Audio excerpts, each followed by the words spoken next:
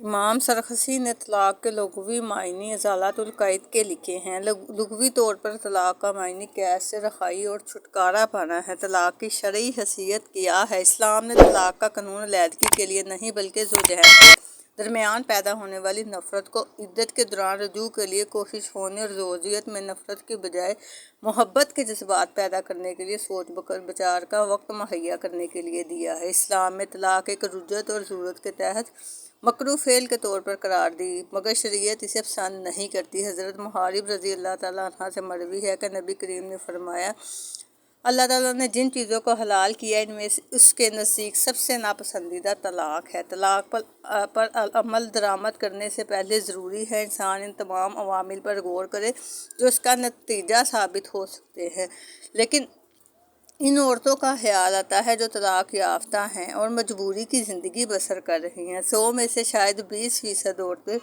دوسری شادی کر پاتی ہیں۔ اس 20 میں سے بھی شاید 2% ہنسی خوشی زندگی بسر کرتی، باقی دوسرے شوہر کی سخت باتیں برداشت کرتی قبر تک پہنچ جاتی۔ خاص کر جن عورتوں کے بچے ہوتے ہیں، بیٹا یا بیٹی، دوسرے باپ کا ان کے ساتھ سلوک اچھا نہیں ہوتا۔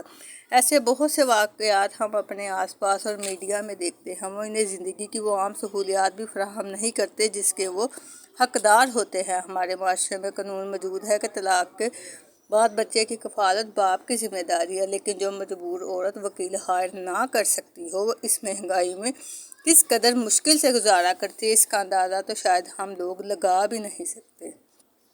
اس میں زوجین کو ذاتی زندگی کے علاوہ ان کے بچوں کے معلومات، آئندہ کی زوجیت کے معاملات، معاشرت اور معاش کو بنیادی حیثیت حاصل ہے۔